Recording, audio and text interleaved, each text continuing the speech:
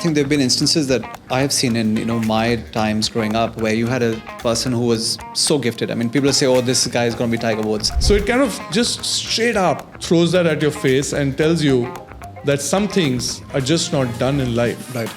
I mean, golf equipment can really blow a hole in your pocket, but you're saying it's not necessary to go down and do that. The bandwidth starts maybe at 15 to 20,000 for a golf set. Right. A used one may even come for 7 to 10,000 bucks. Right. And then go onwards to about maybe 25, 30 lakhs, 50 lakhs for a golf set.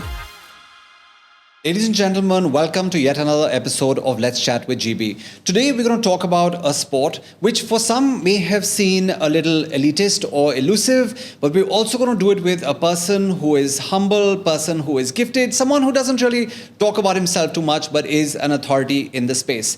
A coach of the Indian national youth team, someone who has taken the juniors to the Olympics, the Asiad Games, someone who is the vice president of the Professional Golfing Association of India, and so much more. Someone who you all will get to see a bit more of and also grow to love in due course as well. Welcome, Jasjit. It is great to have you on Let's Chat with GB.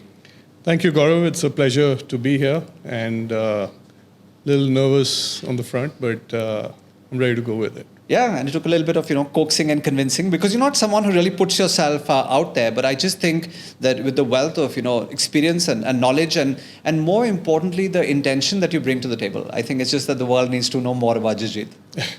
Well, yeah. I mean, initially when social media was just starting out, I was doing a lot of stuff on TV and trying to promote myself through, the Golf Digest, which I wrote for about 15 years.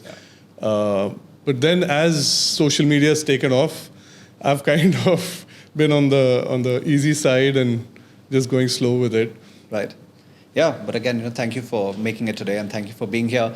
So I'm going to go back into, your journey, both as, first a golfer and then, the transition towards a coach. Because a lot of times, great players don't make great coaches and vice versa. So I'd love to know and also have our viewers and listeners know more about the journey. How did it all begin? Because you did go to a boarding school where there was no golf. So over to you on that one. So golf, just like a few other sports like riding horses and swimming, started very early when I was in Calcutta. So that's where I grew up. Right. And I think that city offers a whole lot of different sports and accessibility to everyone.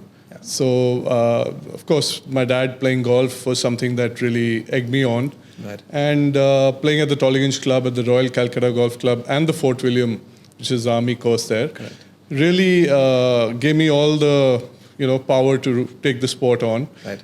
And obviously, I studied at the Lawrence School, Sana, which is 9 years of my life that I spent there. Mm-hmm. And there's a story to that too, where it comes down to bringing golf to school. Right. Which was quite a joke also, because I used to make golf courses in the back of my books. Really? And be told to stand in a corner. When you were in school? When I was in school. Wow, I did not know that. Yeah, so that was something that I used to do, and hopefully the kids don't really go to that, but that's how it all started. Yeah. So swimming is something which I did a lot, but after a certain age, you gotta, if you think about sport, being outdoors, you gotta pick a sport which can stay through life. Right.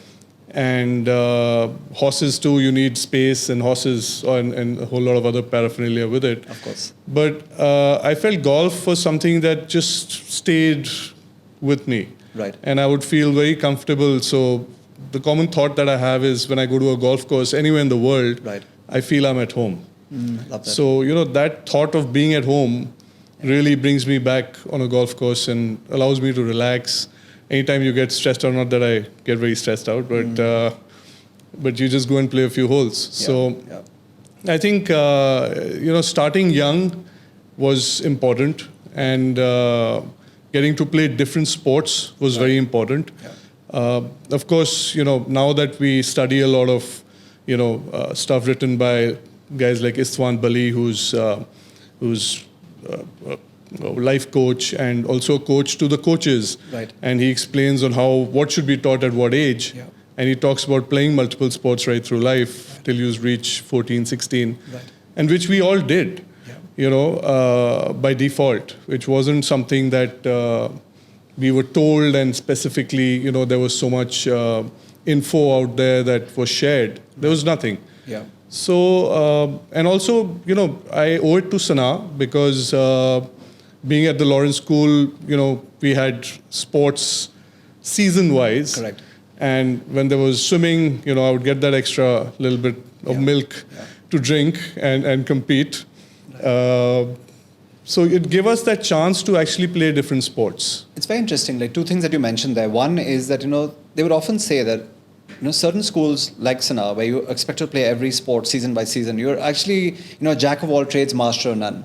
But then you also mentioned that before someone decides to make a career out of a sport, it's maybe okay to play different sports. Because I've been reading a lot about this, that maybe till the age of 14 or 16, a professional hasn't really decided whether he is going to go down that path. I think Federer was one example where Federer wasn't even supposed to be a tennis player. Exactly. Right? But then he was. You see Agassi. Yeah. And if you see him, in his book, he writes about how he hated playing tennis, literally. He would take those cold showers and be sweating, right. And not being comfortable in that environment, but still playing the sport. Right. I mean, so it's not that he didn't enjoy the sport. He definitely enjoyed it, but maybe not competitively. Agreed. So I was very competitive when it came down to playing sport. Sure. There were many swimming races which I won because maybe my nail grew in the last 2 days. Right. They were nail-biting finishes. That's why they call them nail-biting finishes. But even riding horses, because I liked being around animals, and it just came more naturally. Something that I think comes down the genes also. But as you go forward, you realize that certain things that you kind of really enjoy doing. Right. So golf definitely was something which put me in a more easy environment. Got it. I realized early in my life that I wanted to teach golf, which was probably at the age of 18, which is, I think, pretty rare. I was one of the youngest guys at the Golf Academy in the US, where I did a 2-year degree in golf course management. Okay. Again, was one of the first guys to do that. And there are a lot of other kids that I helped and encouraged to go and do the same, and they did, and they're doing very well today. Nice. So it's about encouraging other people to kind of go out there and do it. And what was that like when you went across the US? Fresh out of school to pursue this. What was that really like? It was that book Inscrutable Indians or Inscrutable Americans? One of that, I forget the name of that book, but I remember reading that book before I went. And this was, I think, way back in Sanaa. Right. And, where these two guys go to America and they've never been there, and how America kind of puts these things there, and they just like totally goofy about everything, and they're just, making a fool of themselves, literally. So I had those moments when I actually went off to the US. Right. Real quick was, I was at the airport and an uncle was meant to come and pick me up. And no one was there. I was the last guy standing at the airport. So I was a little worried. There were no cell phones in those days, right? So I went to this phone and put a coin in and tried to talk. And there was an answering machine which was speaking back. Yeah. And I was so nervous and I guess not really there, that I kept thinking that I was talking and I could hear my uncle and he couldn't hear me, right? So which is actually, when I think back, is so stupid. But then I called someone and to help me, and he said, "No, that's an answering machine." Right. And I go like, "Oh," that was like a oh moment for me. Right. And a lot of things changed. I mean, I stayed with the Indian family for the first week when I was in the US. There was no on-campus housing, so I had to pick a room rent kind of thing from day one. So it was a whole new experience. I mean, driving on the other side of the road. Sure. Initially, I just had a cycle which I would just cycle up and down. These things would seem a little weird to the kids today. Right. But it was very different. It was different because you were only allowed to carry, I think, $500 in your pocket when you went abroad. There are a lot of restrictions on foreign exchange. Things have changed really fast over the years. But our generation has actually seen that change happen so fast. Right. And we've seen where it all started. Yeah. And I remember that $400 took me a long way. You know, I would even think whether I would put in that a dollar to get a can of Coke. Sure. Would be a thought that I would have. I mean, I remember, going to the Gurdwara and on a weekend, because the family I stayed with was a Sikh family. And they took me to the Gurdwara and they packed some langar for me. And I had that langar for over a week. And then I would get langar again. Just to save money and... So, those things really make you understand that life is a lot more. So true. It's not just simple, just getting to the US or getting something easy. And what was that, that pivotal moment for you when you decided, okay, that this is the career choice that I'm going to make and I'm going to come back to India and this is what I'm going to pursue? When did that happen for you? So I think that happened really early because I was very focused. Somehow, you just get these premonitions that, this is what I want to do.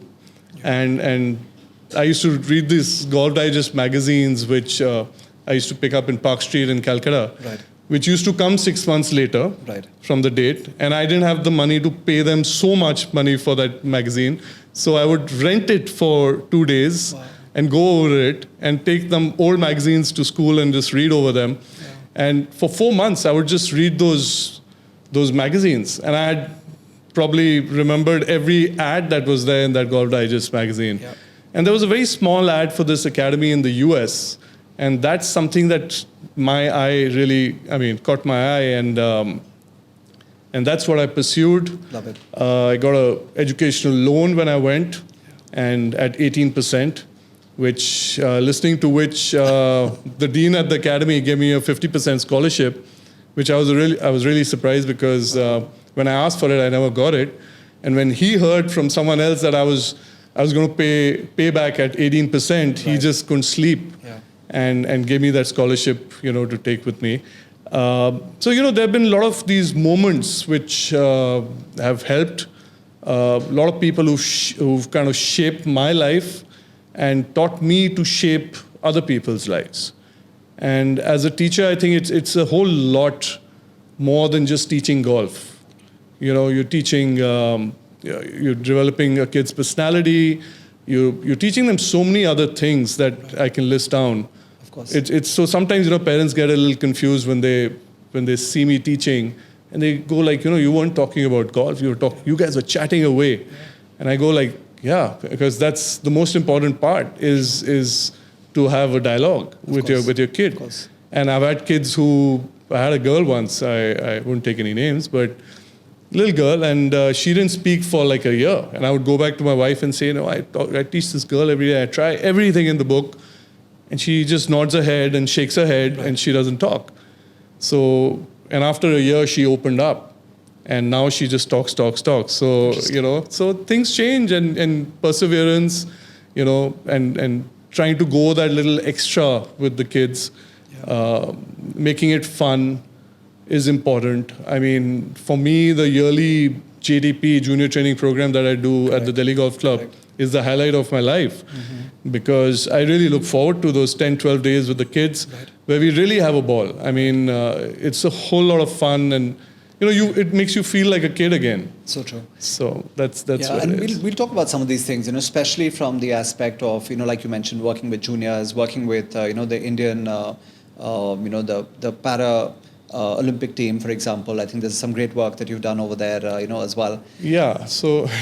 So I think, and it's amazing, I think your approach, to the entire, game, your approach to your students, I think very, very, unique as well, something that, truly does, stand out and differentiate yourself. And I can see where some of that is coming from, based off, obviously the experiences that you've had in the past, as well. Right. Coming to the game of golf, okay, and of course, there's a lot of these conversations around that. There are a lot of barriers that people have, maybe a lot of misconceptions, that people have that, hey, this is a game that's inaccessible, this is a game that's expensive, this is a game that takes too much time. So your thoughts on some of the, myths around golf. So I'd love to hear some of those as well.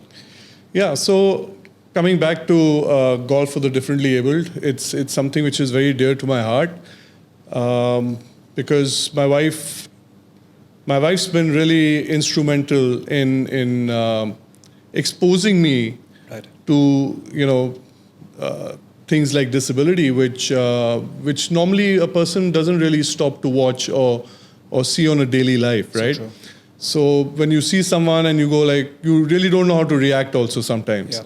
And so with her working in schools for the differently abled, and me going with her, and my son also going and kind of helping out sometimes, and it kind of sensitized us to understand how, what it is and how that should be in the mainstream. I mean, which should not be out of the mainstream. It should not be. So I wanted to do a coaching camp for the differently abled. And our main thing was to bring inclusiveness to the whole camp. So what we did was we went to different schools and picked up 3 or 4 kids from each school. We picked up one guy while driving. He was on his crutches and walking down. He had polio in his legs. Oh. And we put him in the car and we just said, would you like to learn golf? And we just got him to Delhi Golf Club. And we did this camp for about 24 kids. It was a great experience. I mean, what I really did was to put the existing students that I have to buddy with each of the differently abled. Yep. So that really sensitized them to what disability is. And we had different syndromes, like we had Asperger's, we had Down syndrome, we had many others, with accidental, where you've lost, motion in your legs, you're on wheelchairs. But it was fun to play a sport. So many times the blind school's right behind the Delhi Golf Club, and we hear them playing cricket with that ball which really shakes and makes a noise. So I even went to the blind school and got a couple of kids to come to Delhi Golf Club and try golf. Of course, I realized over time that I had to buddy just one kid at a time because you can't have too many. And that's again something that I learned in the US. Because one of my coaches was on the Special Olympics board, and we used to blindfold each other and give lessons to each other in the academy to understand how it feels to actually teach someone who's visually impaired. Wow. So, it takes a lot. You have to put yourself into those situations to understand, and you may still not understand what it takes, but at least it gives you a good starting point to kind of take it forward. And I'm sure it would have been a, amazing experience. I mean, both for you, but even for, your students who were, who had all their faculties in place, and for them to work, or, buddy up with these kids, it must have just, really opened their mind. It was 3 days. I can't even explain. I mean, there were kids who were really serious and looking really stern. And obviously, imagine if we go to a new place, we are just looking around and being lost. Yeah. And these kids, some of them were just feeling like that. And by the 3rd day, they were hitting the ball and giggling. So when they would giggle after hitting a ball, I mean, that feeling or that sound is so satisfying. Agreed. Also, kids who would, come and hug you after that and kind of, so it's not about whether they would play the sport from there on. Right. It's about exposing them to a sport. Yeah. It's like we go to a hill station to see snow. We're not going to live there, but at least we get exposed to see what it was like, to feel it. So I think that's more important today, is to make people feel the sport, rather than just feel that everyone who feels it has to play the game. That's not true. I mean, I played hockey in school. I haven't played hockey since, right? Correct. I've ridden horses when I was younger, and I haven't ridden horses in the near past. Sure.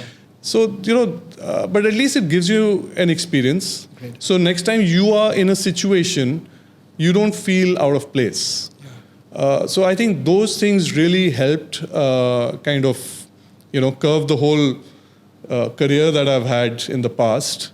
It's been very, very gratifying and I continue to, aspire to kind of go in that direction. Right. Yeah, no, I love the causes that you've been taking up, and your entire approach, like I said, very, very different from the traditional side. And there is, I think, giving back is still such an important part of what you do. And again, I think it boils down to the journey that you've had, the work that Archana and you are doing in so many spheres. I think that's phenomenal as well. Yeah. So great stuff.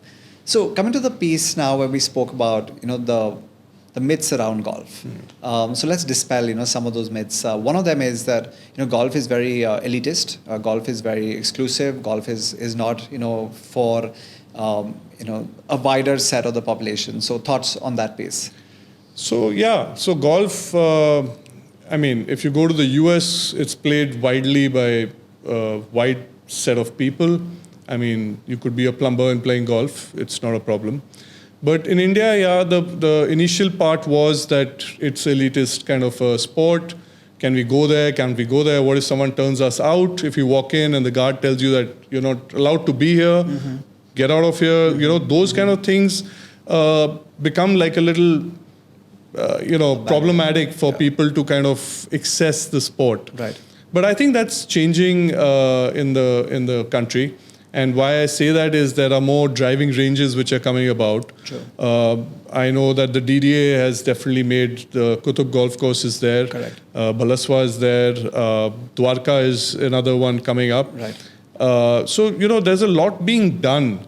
We keep saying that the government's not really doing, but the government is doing, and it takes time. Projects don't happen overnight. Agreed. Land is definitely something which is not easy to come by in our country for whatever reasons. Right. So things are happening, and even courses like the Delhi Golf Club, where one would think twice before maybe venturing in, Right. are courses which actually promote the game to a vast variety of people, Of course. and especially children who come from let's say a caddy's family or someone who you would feel normally would not be able to afford the game, Right. are today at the forefront of the professional game and earning a good living. And it's giving a lot of other avenues to a lot of children and people to kind of take golf as a career. Right. Whether it's being in the cutting of grass, to teaching golf, to playing golf, to running tournaments, being rules officials. There's so many things which have come up and which require a basic set skill, which I think most kids nowadays going to school definitely have. Interesting. And it's awesome that you mentioned that you can actually come in and use a facility on a day-to-day basis. You can be a member for a day. You don't have to be a member of a club. Yeah. Like you mentioned. Other bottlenecks that people have is in terms of equipment, etc. So where does one start? Like, okay, let's just say we're addressing someone who has never played golf before, is keen in the sport. Now they want to come in. Where do they start? Like, what is the starting point for them? Right. So obviously, with the work that we have, and let's say you live in one part of the city and you work in another part. So sometimes it's difficult to actually take time out to do anything else, with your corporate life or general life that we have. Right.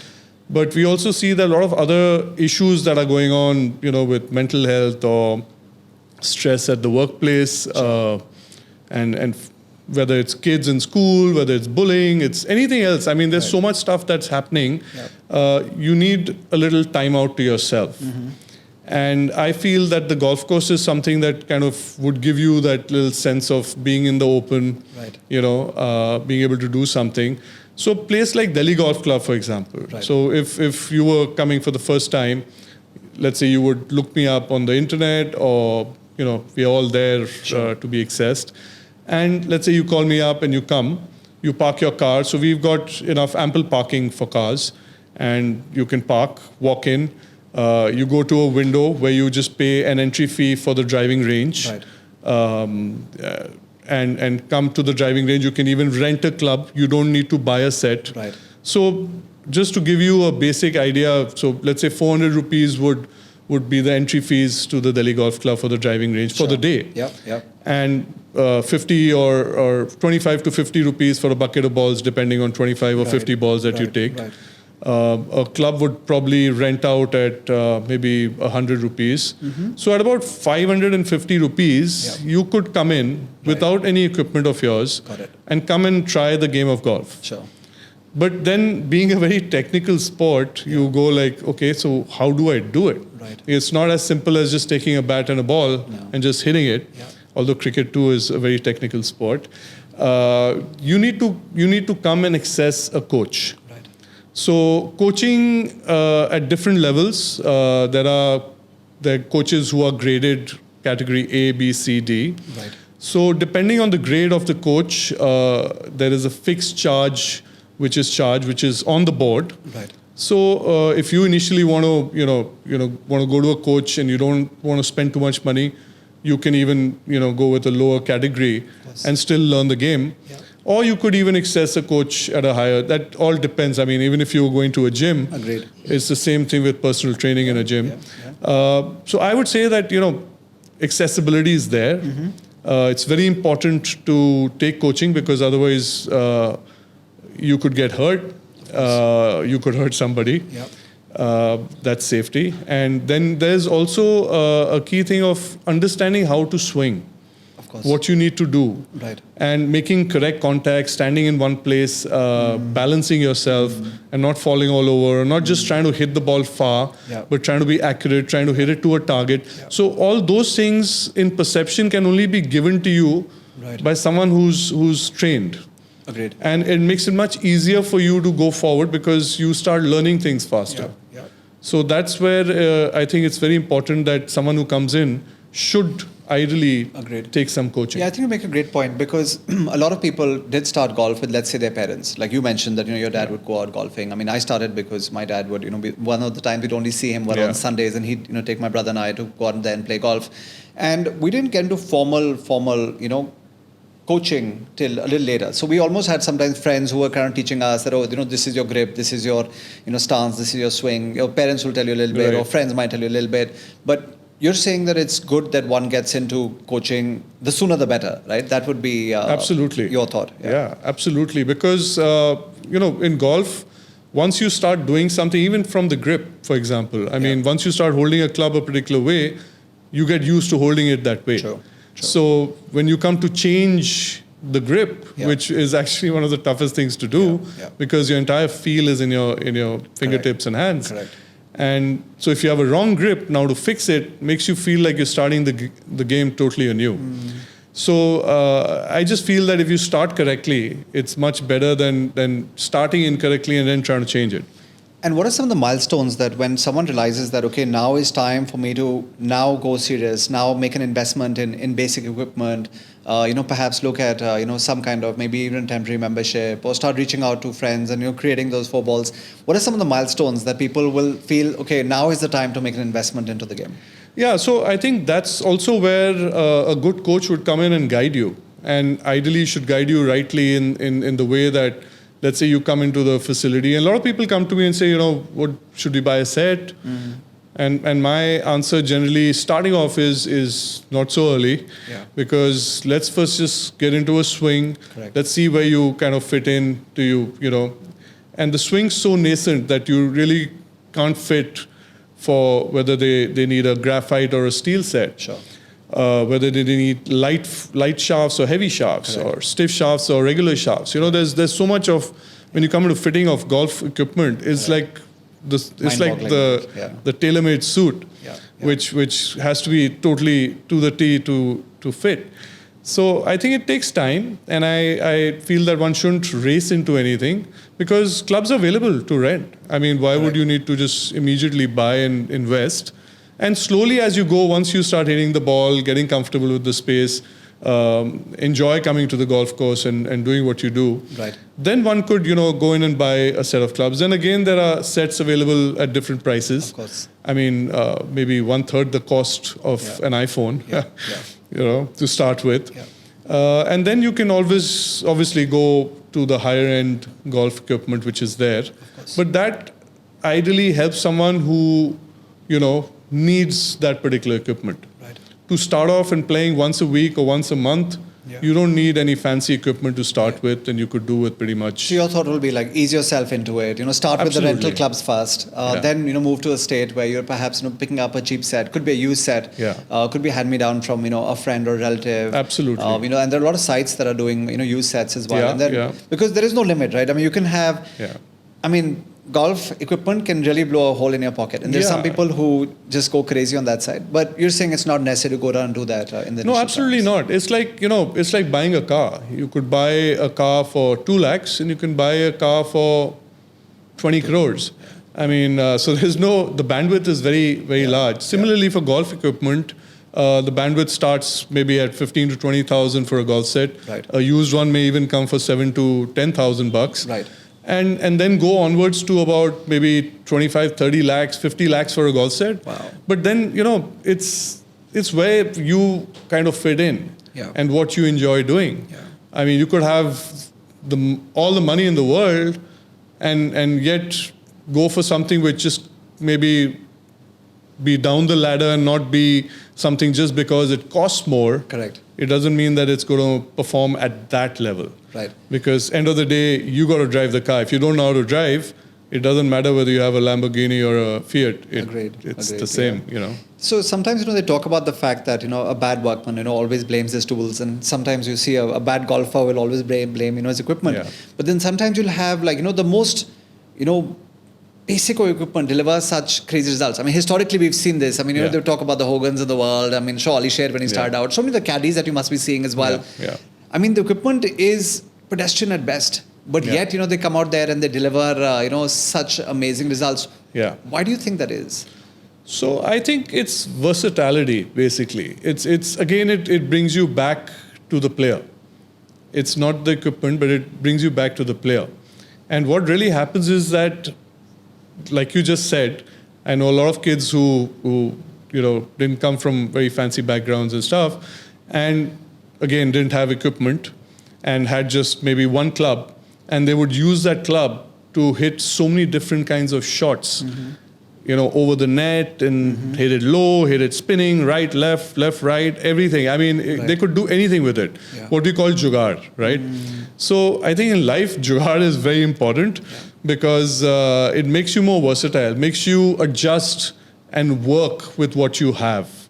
Rather than, giving everything to everyone would just not make it work because you need some sort of skill level to kind of take it forward. And that skill level comes at different levels for different people. I'm not saying that, you could buy a nice set from day one. That's fine. Right. But there are many players that I have seen who have worked with literally nothing and have made it big. I mean, a Sevi Ballesteros who's grown up on the beaches of Spain, hitting balls off, putting it on a beer bottle and not breaking the bottle, but just hitting the ball. That's the kind of skill he had. Wow. I mean, who could hit a 3-iron from a bunker and flop it out and put it in the hole. I mean, that's skill. Correct. Just like in life now that we're realizing that we've got the skill ministry and everything happening now, that you need skill. You can give basic education, but you still require some skill to be actually fitting in where you need to fit in. Right. So I think, that's where it comes back to where we started was which sport should you actually pursue? True. So that's how you really figure out. It's like doing a psychometric test to figure out where you fit in the skilling ecosystem, right? And that was another important breakthrough because when skilling started, they were just skilling people in different verticals, not realizing that you may not even fit in that vertical. Just like Agassi in tennis. Sure. I mean, there have been many players who have been great in their fields, but somehow I feel they didn't really enjoy it to that level. Yeah. So the aspect on golf being good for business, right? So a lot of people believe that, I'll start playing golf and I'll start making a lot of connects and a lot of contacts and I'll start doing like great business. So golf and networking, golf and business, your thoughts around that? So I just feel that golf is a very social game. It makes you meet a lot of people, which is, again, very important, which you, on a day-to-day life, maybe you don't. Right. Also, it does, when you meet people, you make connects. Of course. It's more about those connections that you kind of forge over a period of time. Right. So it's not like you just walk into a game of golf and you click a big deal and a deal happens. Yeah. But then there are times, like, for example, I remember, there was a company that used to sponsor me. I won't take any names. It was, I think, about an 80 crore company at that time. And I remember their top boss had come from New York to, to come and sign a deal or kind of, take that forward. They had me go and play golf with them. So they said, Jasjit, can you, since you're a brand ambassador, can you just play golf with them and have a good time and see how it goes, because we need to sign this deal. Right. So I did go play golf with him, but it wasn't on my mind that we got to sign the deal, you see. It was more to just go there and enjoy myself with him and have a good time. And we really hit it off and played 18 holes, had a good time, came back. And the moment he walked into office, he said, where's the paper I want to sign? Awesome. He didn't even ask a question from them and sign. And that company went from 80 crores to 400 crores due to that one signature. Wow. So, I mean, this is something that I personally didn't know, as a matter of fact, because I wasn't so privy to the inside matters of the company. Without an agenda, and you said, it's a very interesting situation that happened. So my sister was in Singapore, and she was sitting with the managing director of that company, which had sponsored me. Sure. And there were a lot of these other guys sitting there, and somehow he came to know that she was my sister, and he said, I know him so well. And when he signed, he got this guy to play golf with, and he came in and signed, and we went from 80 to 400 crores. I had no clue about it, because they didn't discuss that with me. Right. My job was to go and play golf with them. Yeah. Little did I know that my playing golf with them and having a good time would result in something so fruitful for the company. Awesome. So it's about breaking those barriers that, maybe he came in thinking that this is India, I don't know, what to expect. Do they even know what golf is? Do they even know what the clothing that we make for golfers is worth in the US? Or, they have these questions. Of course. So when they come in and have a nice time and they realize that, this is no different from any other place, it kind of opens things up. Yeah. So I think, playing golf with people kind of bridges that gap. It does. It gets you comfortable with people. People who, there are people I play golf with, and if I ask them for a time at their office, they probably don't have the time to give me. Agreed. Right? And they would probably just go like, maybe we can meet on certain days, and probably be a 5-minute meeting, and he would say, thanks, can you just go and take your coffee outside and drink it there? Right. Because they are generally busy. So the golf course gives you that little extra time to talk about things and get to know each other, basically. Sure. And 4 hours is a time when you could dissect the other person right down the middle and understand, whether... Yeah. Also, the good and bad part is that if, it makes you understand who would you like to play with in the future. You don't have to play with everyone, right? Agreed. So if I played with, let's say, 3 other guys and 2 guys were in disgust throwing their golf clubs on the course, they would not be on the list with me to play my next round. Yeah. Because, I would find that really degrading and bad to kind of experience. Now, what you said there, because a round on the golf course also tells you a lot about the character of this person and how they might, respond in life, to challenges, to a bad round, to a bad few holes, to a bad run, to a great run. Yeah. So I think that 2 hours or 4 hours, depending on whether you're playing 9 holes or 18 holes with them, will also be a great indication of, does this person make to be a worthy, vendor, partner, associate, even in the workplace. So I think I would totally agree with you there. Yeah, absolutely. And I think that's where a lot of industry leaders in the corporate world, and a lot of them play golf. I know it's a very aspirational sport in India for sure. But when they play golf with their employees or their subordinates or whatever, they get to understand where they come from. For example, if how early do you kind of give up versus how much do you keep fighting? Are you distracted all the time? Sure. Are you perpetually on your phone even when you play golf? Right. Are you respectful for other people? Yeah. So golf has a lot of these little nuances which are there. For example, if you're putting on the green and the person who's further away putts first. Yeah. So does this guy just walk on there and make his part oblivious to what the protocols are and the person who should be doing it? Right. So the boss is going to be watching that for sure. And not only the boss, but everyone's going to be watching each other. Right. And that kind of builds up a full, profile of the other person, regardless what's on your resume. Right. It gives you a full profile on what to expect from that person. Yeah. And I know that earlier, a lot of companies, a lot of guys would actually, go and play golf to understand whether the guys need to get a promotion or not, or are they worthy to be in the position that they are. So there's a whole lot of that happens on the course. So you agree with the saying that there's potentially more business happening on the golf course than in the boardroom at times? Well, yes, I think there is a lot of business happening because it gives you time. Yeah.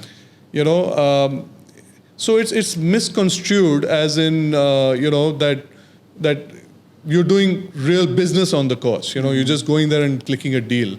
Well, why I say that is that it's when you play with each other, it gives you that time. So it's just coming back to whether I would get 5 to 10 minutes in a corporate environment, correct, sitting with someone, correct, where he may be called by his immediate boss or whoever, and the meeting would just maybe last 15 minutes or 10 minutes or 5 minutes rather than a longer time.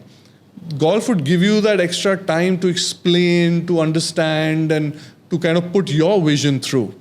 And also back it up by behaving the right way, so that the other person knows that you're serious about it.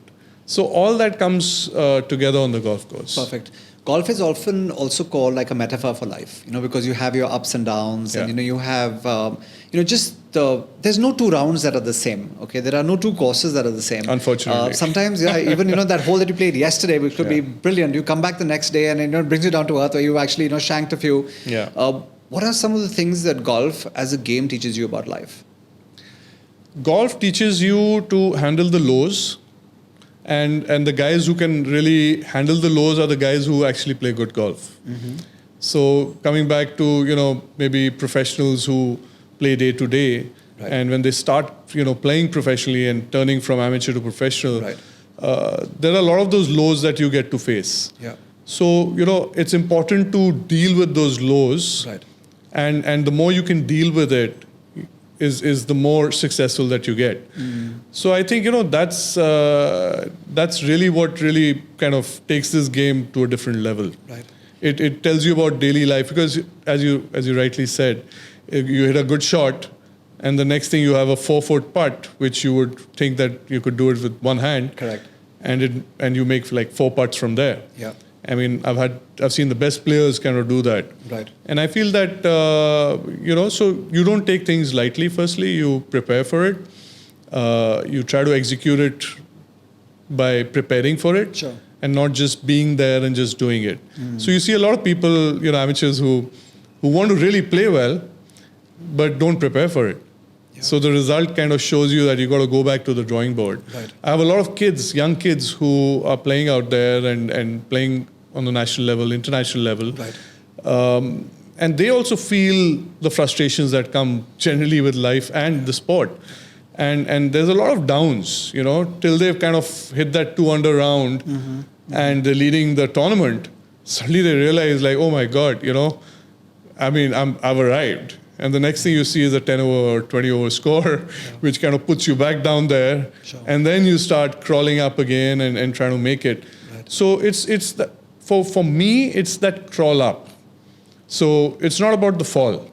Right. We all have the fall, but it's how much can they actually come back and start crawling back up is more important. I mean, I'm sure we're going to talk about the parents, of course, where there's a lot of pressure. Yeah. And I feel that, the kids need to be left to decide on their own on many, many things that they do, especially on the golf course. Because this is a sport where, there's no cheating from outside. No. It's not that I could show you a sign and then you could execute it to the pin. Very true. That's not going to happen. I've had parents say that some parent waved out to his son from 300 yards away. Right. And he told him which club to use for that hole. Right. I said, it's impossible. Even if he did, there's no guarantee that that kid would, or that person would be able to hit that shot and execute it to perfection, you see. So, I mean, there are a lot of these things. So I think that's where, people need to ease up and allow things to happen. Love that. Also, like, interesting way you mentioned about the ethics, right? And golf is, or as one of those sports where you yourself are supposed to be, kind of keeping score. If you had a couple of, miss hits in a hazard, and those strokes actually add up. Yeah. So it is a sport which kind of keeps you accountable, keeps you honest. And I think that's another space where, mentioned when people are actually playing with you, they want to judge, have you, I mean, you may have made 5 and you said, oh, I did a 4, but they might mentally know that you did a 5. So even that is, a judgment is being passed on you at that point of time as well. Yeah, right? So it's very interesting. I'm glad you got that up. So when you have a scorecard and you're filling it up, firstly, there are a lot of these kids who are maybe 8, 9 years old who come to me. The first thing before they reach the golf course or they get onto the golf course is I teach them how to use the scorecard and how to fill it up and how they got to keep their score and they got to keep their opponent's score. Right. So, and how you exchange your scorecards with your opponent, because if you don't, it's considered cheating. You can't keep your own score. Sure. Right. So these basic things that they need to kind of do on the course, and also to kind of figure out, the rules of golf are very clear. Right. The rules of golf basically say that if you write one shot over the shot that you had, so let's say you had a 4, Right. but you wrote a 5, Right. it's totally acceptable. It is. Okay. Okay. But if you wrote a 3 instead of a 4 that you had, that would be totally unacceptable. So you would get disqualified, and it would amount to cheating if you wrote a lower score. But it would not amount to cheating if you wrote a higher score. Interesting. So it kind of just straight up throws that at your face and tells you that some things are just not done in life. Right. So if you take it the right way, I think that really summarizes the sport for you. Right. And as golf doesn't really have a referee standing on your head and giving you a red card, you call the red card on yourself. Right. So if you could be out in the bush and make a shot which you actually didn't make contact with the ball, Right. you got to own up and say that, you would tell me, oh, you had a nice par. And I would go like, no, I had an extra shot there. You got to add 1, so that's a 5 and not a 4. Right. So, those kind of things which kind of bring the credibility of the sport, of the rules of golf, because otherwise the game would be just walking in the park. And I think learnt young, these things build, a lot of credibility. They build a lot of integrity. So I think those are things that come in, by virtue of starting young. It's interesting that you bring up parents and golf, and this will not only apply for golf, it'll apply for any sport. It'll apply for cricket. There is a lot of money that's coming to a lot of sport today. There are a lot of parents who are aspiring to take their children to the next level, and hence a lot of parental pressure on them. And again, it could be any sport, doesn't necessarily have to be golf alone.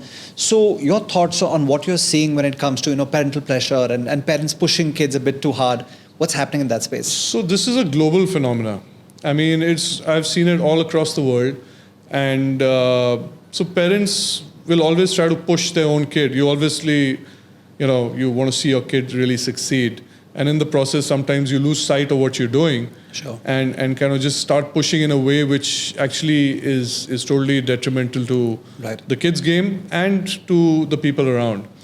So, if you see, golf being an aspirational sport, what actually happens is that a lot of our generation or before have actually not been able to get to the golf course, right?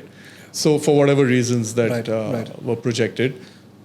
Today we have accessibility to quite an extent. Obviously, we need more accessibility, but to quite an extent we have accessibility, right? So when you have not had something, when you didn't have that little dinky toy of fun school which you could not afford or did not get, so when you have a kid, you make sure that he gets it.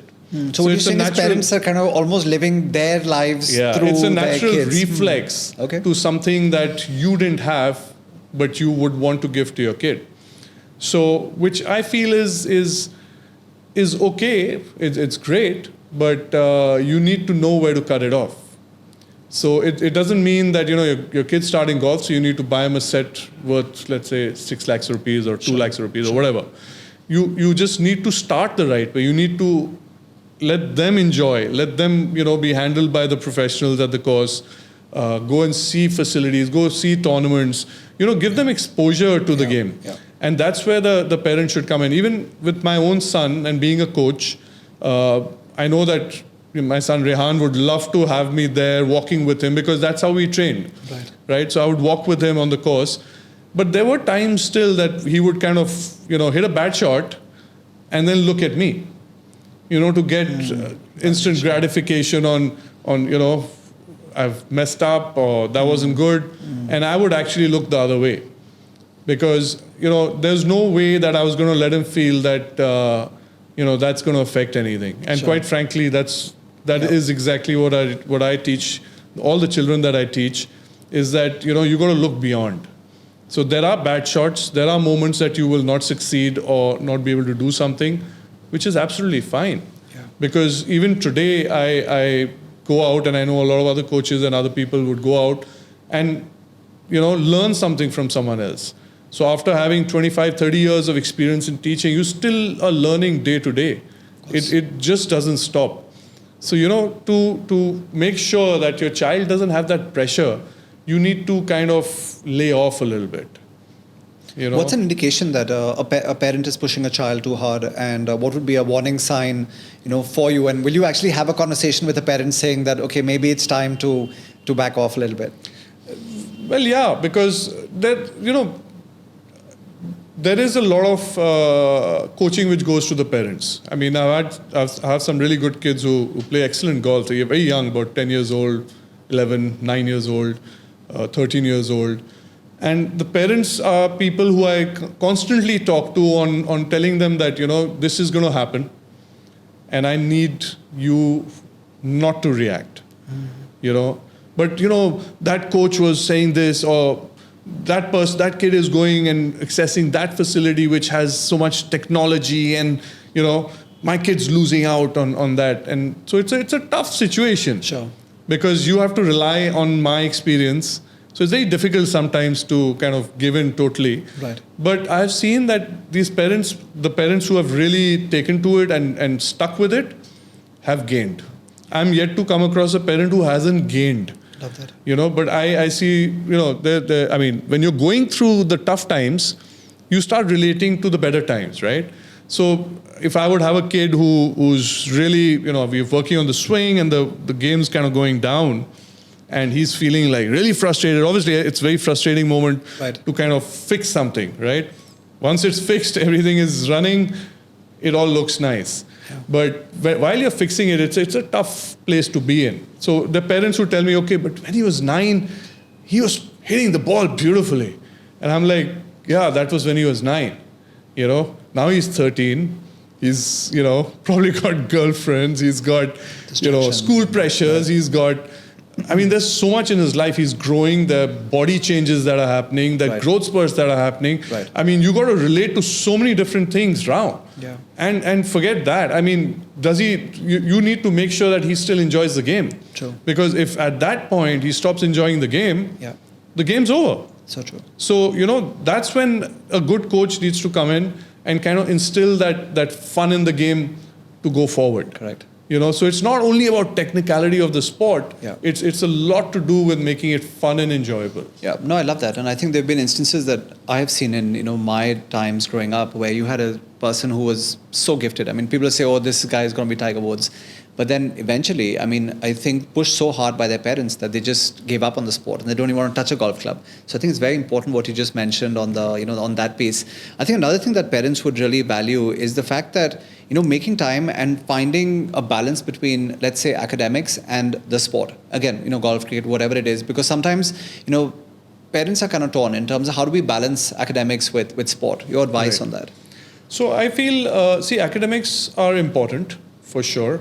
I know countries like Taiwan, what they do is, let's say we have a national squad. We've got, I think when I was the national coach, we had about 24 kids on the national squad.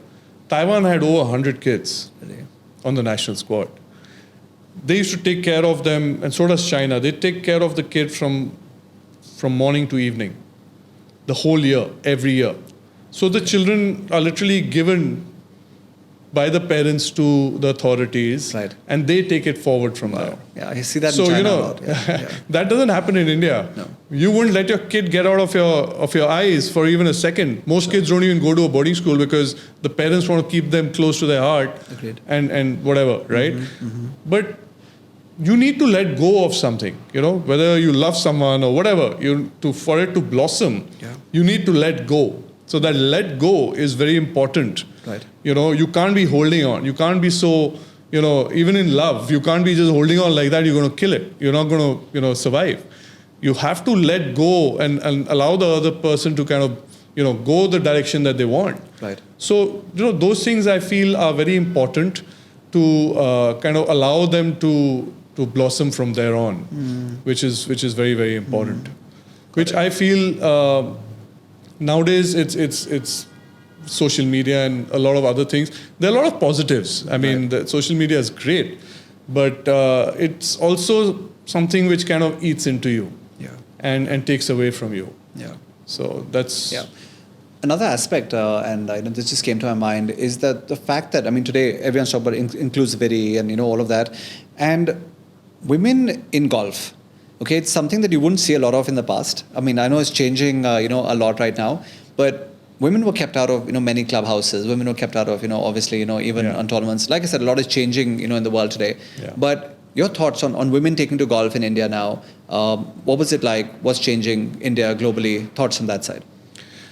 Yeah, that's very interesting because when I was in the US way back in the late 90s, they did realize that women and children were the big part of the golf industry to grow.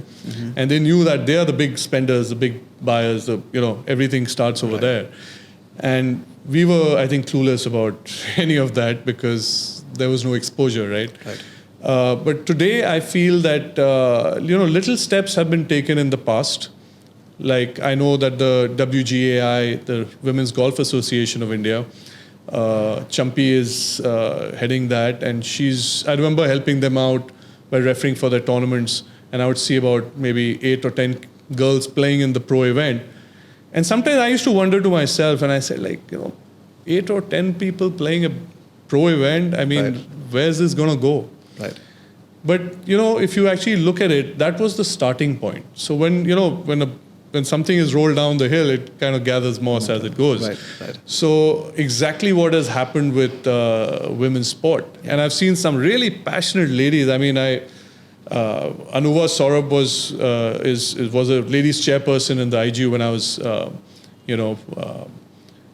when I was a national coach and high performance manager. Right. And she used to fight out of her, shoes to kind of make sure that the girls got their due. So, you need people who can actually fight to get up. Take a stand. And take a stand. Yeah. Because otherwise, people just run over you.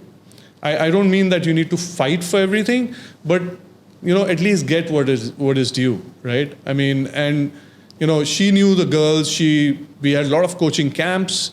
We connected with the girls, and I see those girls really out there and performing really well today. Right. And in fact, there's, of course, Aditi Ashok is someone we've heard of. Yeah. And I've seen her since she was probably about 8 or 9 years old, and been very dedicated to the sport, has done extremely well. Right? There are a lot of other girls like Twessa, there's Ridhima, there's Diksha, and overcoming a lot of stuff. Like, I mean, if Diksha had certain, disabilities that she kind of maneuvers around. Right. I mean, it's wonderful to see them play. It's like they're in perfect, union with their swing and the game. Right. And they're great brand ambassadors for the sport. Agreed. I've seen them go and talk to other kids and walk up, and other girls walking up to them and asking them questions.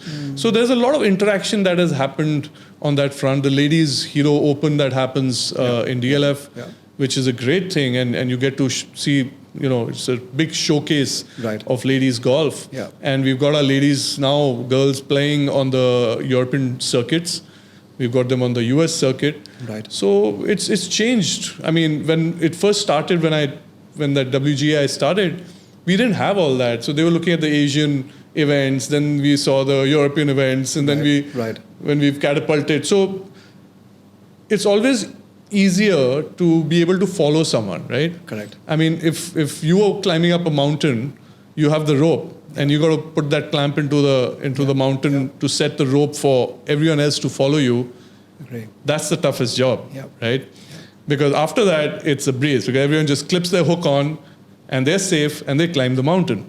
So I feel that's how the sport goes. Correct. I mean, if people have reached the US, have won on the tour, have won, medals on the Asian Games or the Youth Olympics or whatever. I mean, if they've come forward to do that, it really gives the other, players and kids and everyone the power and impetus to kind of go forward. Right. So almost like what a Sania Mirza would have done for tennis or a Saina would have done for badminton. So Aditya Ashok is probably doing that today for women's golf absolutely, as well. So, absolutely. And I'm not. It's not only Aditi. I mean, in the sense that there are a lot of these other girls who were around Aditi. I mean, they were all in the same squad. Right. And I would say maybe out of a squad of 8, maybe 7 turned pro, maybe even 8 turned pro. Yeah. And I see them all winning at different levels, whether they're winning on the Indian tour, they're winning on the European tour, they're competing and doing stuff on the American tour. Right. So there are a lot of tours and the girls, like kind of going up the blocks, and they are absolutely professional in their approach. I mean, when you see them practice their routines, their practice ethics, fitness, which goes with it. Right. Going back to the national camps that we had, and I remember some parents writing, initially when I got the fitness guys to come in from Calcutta, Ranodeep at that time came in for the games, for the camps actually, and parents would write that, Jasjit, why are they doing fitness? They've gone for a national golf camp. Right. So my answer was that, they got to be athletes first, and then they become golfers. Love that. And their athletic ability right now is not up there. So if they want to go and compete on the international circuit, they have to be athletically there, because those kids and women or men or juniors are right up there. So we introduced them to fitness, and they would be puking doing their shuttle runs, or they were running here, there, and doing a whole lot of stuff. Right. And then we would rank them on their fitness, and I would share the ranking with all the players. Because when they see where they rank amongst other players, let's say out of 8, you're number 8, next time when you come, you will work hard on your own to make sure you come up the leaderboard. Right? So next time I see the guy who was on the 8th is now 5th. And I've seen them really change their approach to the game, and today they're professionals playing on the circuits. So now once you're on the circuit, then there's no time for you to go back to basics, right? Then you're playing. Now you have to just play. Great. So you have to be ready by then to just go out and do it.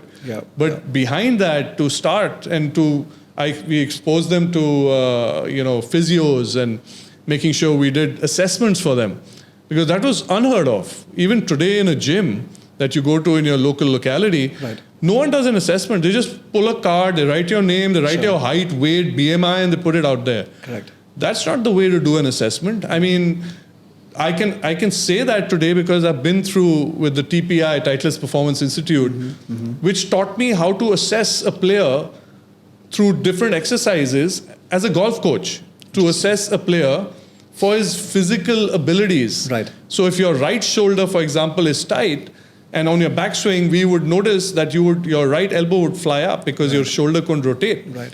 So a tight rotator cuff on your right would show up on a physical assessment that I would do with you. So it's very interesting because we would relate your body to your swing, and it has a direct relation. I mean, I don't think there's ever a time that if your body had some restrictions and it didn't show up in your swing. So and that can potentially lead to injury as well. Like a lot of people think, golf, to matlab, this is an old man sport and all of that. But I think they have to realize the fact that there are a lot of, really bad injuries that can happen if, you don't warm up properly, Absolutely. if you have the wrong technique. Imagine a tight rotator cuff, and if you went to the top, and if I told you, no, you got to be in a position that you can't be in physically, that's going to lead to injury. And that injury is sometimes irreversible.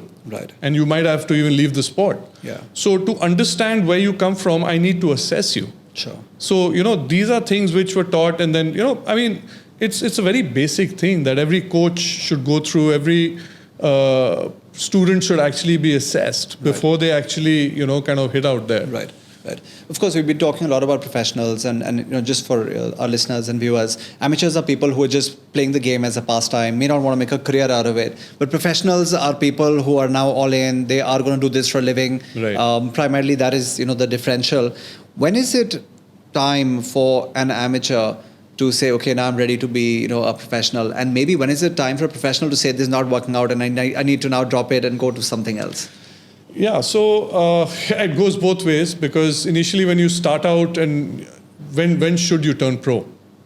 So it's it basically boils down to the passion that you have and the consistency that you can have with your approach towards what you want to do. So if you're not passionate, or you don't have the consistency, or if you lack one of those things, it's really not the right thing to do is to go pro. Right. Also understanding that when you go pro, there are a lot of, there are going to be a lot of things that you're going to face. It's not going to be instantly, something that's going to give you what you want. So a lot of things change. And I think you need to be ready for the change, and to be ready for the change, you have to accept. So a lot of people actually get stuck in between. They go like, I think I should turn pro. And now it's very difficult for you to kind of go and tell them you don't have what it takes. You don't have what it takes. So to call a spade is I think very, very important. Right. And sometimes even good, because if it happens early, then you're able to adjust your lifestyle and everything that you do. Fair. And go into something that you would probably enjoy doing. Because if you didn't have it and you kept trying at it, I'm not saying that you shouldn't try, you should try, right. But you have to be realistic in your approach. So if let's say you don't have it and you go and turn pro and you see everything in a negative, everything just falls because you got to make the qualifying and you let's say don't qualify. Correct. So it just shows you, it actually does not help you in your life. It just shows you a lot of negativity which you could have avoided by understanding it more realistically. So that's where I think your whole team comes together. You should have your coach, you should have your nutritionist, you should have your physical trainer, your maybe your yoga Pilates trainer. I mean, you need to have your entire team together and to be able to kind of take it to that level. If you don't have that, it's really, really tough. I'm not saying that players don't make it, otherwise they do, but the percentage is very low. I mean, out of the thousands of kids who even go to the US to play college golf, for example, right? Now, out of those guys, there is hardly maybe 1 or 2% who would actually make it to the tour. Wow. So it's the break-offs as you come down is tremendous. I mean, you can play good golf, don't get me wrong. Yeah. It could be good for amateur golf. It could be good to represent your country. Right. So there are a lot of things that you can do as a player. Sure. You don't have to turn pro to take the sport forward. You can enjoy the sport to the max. Right. I mean, if you see Amit Luthra and you see Vivek Bhandari, you see Gaurav Ghai, you see all these guys. I mean, they've all enjoyed the sport. Correct. I mean, it didn't So it's at different levels. You need to be able to enjoy it. Got it. To take it forward. So if it's not fun anymore and you feel that it's not really happening, it's a good time to switch to something else. Decide that it's going to do something else. And there are always options, right? I mean, there are people I know who've been great golfers who then come into consulting companies or banks, and then what they're doing is they're playing rounds, on behalf of the bank, on behalf of the organization, representing them at corporate tournaments. Yeah. There is a lot of money that's coming into golf, right? There is a lot of interest that's coming into golf. So both in terms of professional golf as well as even corporate tournaments and things. There's a lot of action there, right? Yeah, there is a lot of action, and I think corporates today are coming forward to help also help players. I mean, a lot of these kids now have sponsorships with good companies to kind of help them whether it's paying for tickets to travel abroad, or just paying for entry fees, which is pretty steep sometimes. Right. So the corporates are really coming forward to help these kids, and I just feel that you need to have a basic infrastructure in place. And I think that's what the government also needs to kind of at some point also kind of make golf more accessible. Sure. I mean, I'm not saying that there are private facilities which may not allow someone to come. That's fine. Right. I mean, it's like my home. I mean, I may like someone to come and may not like someone to come. Right. But there should be areas and which should allow people to just come and try the sport. Right. And for that, I mean, we just started a program in schools, which I started was called Gagan, which is golf at grassroots across nation. Love that. It's a little jumla for that. Yeah. But that was something to come out at the kids. So in I think 2 months, we've reached out to about 10,000 kids. Amazing. And we've trained about close to about 3,000 kids in the schools. So we just put basic infrastructure in. Yeah. We put nets. clubs, balls. We train the PE teachers to teach the sport. And it's just grip aim setup, which was, and the PE teachers already know the rest. So it's been a good, combination of things, and it's done well.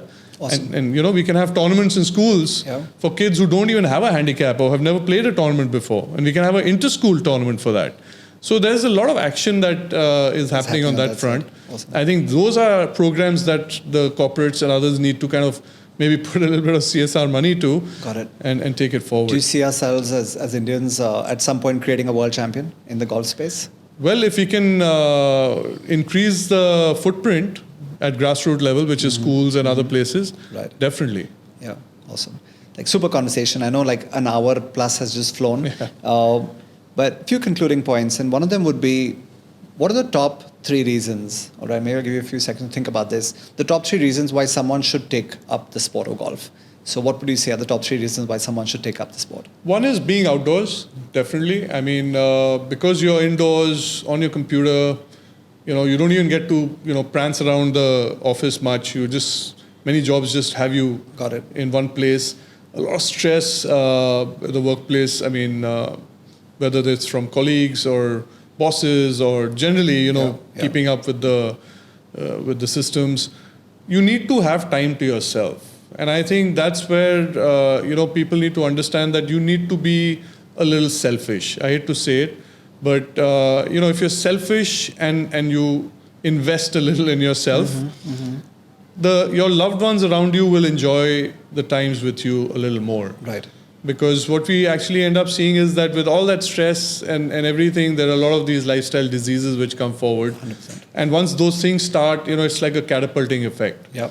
And the next thing you see is everyone stressed out in the family, visits to the hospital and thereon. Of course. So I just feel that it's not only about golf, but sport in general is to find a sport where you can get out and play it, enjoy it, and spend some time on yourself every week if you can, because that's priceless. Yeah, no, so agree. And again, I think the point that, of course, we said, be out there in nature, great stress buster, get out there and do stuff for yourself. I think also some great friendships and relationships are built on the course as well. I can think back to my times growing up. I mean, some of my oldest friends are still people who I met on the course maybe 20, 25, 30 years ago. Yeah. And sometimes, in a busy world where there's so much happening, I think just that time spent on the golf course, be it those 2 hours or 4 hours, I think it's just a great way to, reconnect and bond as well. No, absolutely. I mean, I'm very happy at the Delhi Golf Club also. We've got the league going on. And in between, I was at a little loss of words because I was seeing club golf totally go down. Yeah. And there was nobody really coming together to play with each other. You would always play in your own group of friends, right? Sure. And the tournaments also would happen where you would just, pick up a scorecard and just keep doing that. Yeah. Now you get to play with everybody. There are 450 people playing in this tournament in just 1 month. Yeah. So it's a nice way to start to know other people in the club. So true. It's all about, building those relationships 100%. and helping each other and kind of, it really helps and takes everything forward. Awesome. We have a lot of more people, new faces coming together, sitting down, chatting, having a chai together, that is huge. And I think golf is definitely on a high, because when I see these leagues, it's kind of put in a new kind of energy and vigor into the game so true. and the sport. Like I said, we could go on speaking about this forever. Perhaps we'll do another part in due course as well. Sure. But I think takeaways for me personally have been the fact that there is a lot of evolution that's happening in the sport. There is more accessibility. Golf is a game that is not as elitist as it used to be. It's open to everyone. There's a lot of programs that are coming in for caddies, the underprivileged, the people who are disabled, have their limitations. Yeah. Girls are coming into the course, onto the course and onto sport a lot. So I think phenomenal insights, all through, and I think everyone who watches this will find a lot of value. Concluding question: what's the next few years looking for you like? What are you personally going to be doing in terms of your give back to the sport in general? So I would definitely love to expand into the differently abled arena. That really I want to kind of go in that sphere, and also want to go into schools. Grassroots is something which has always been very close to my heart. So when I go into schools and encourage kids to come out and play, that's something that I really enjoy. Awesome. Being around kids definitely is something I enjoy. I teach adults, I teach good players, professionals, and everyone. But I think just spreading the game, taking it forward is something that I really enjoy, and I want to continue to do that. Love it. And like I said, I've known you a very, very long time. And, it's just that the intention, always shines through, and more power to you. And since we did talk about, friendships and friends on the golf course, we did have some goodies for you. And one of these come from, you could probably pull them out of the bag. One of them comes from our friend Shantanu and Nikhil Mehra. Oh, nice. And we have something for you, from there. So, which is, actually a part of the Shantanu and Nikhil collection. So I know you like to write a lot, so this will be something nice for your notes over there. So that's from the Nikhil collection. And also have something for you from the Boardroom collection, which is designed by Mrinalini and a designer called Sandeep Paul. And that's Taj collection. I'm sure you'd like that for your home as well. I'm sure Ashna would like that for your home as well. So thank you for taking out time. Thank you for being here. It has been an absolute pleasure having this conversation. And I think the sport of golf and sport in general and the world in general needs more people like you. So thank you for doing what you do. Thank you. Thank you for having me here, Gaurav. Awesome.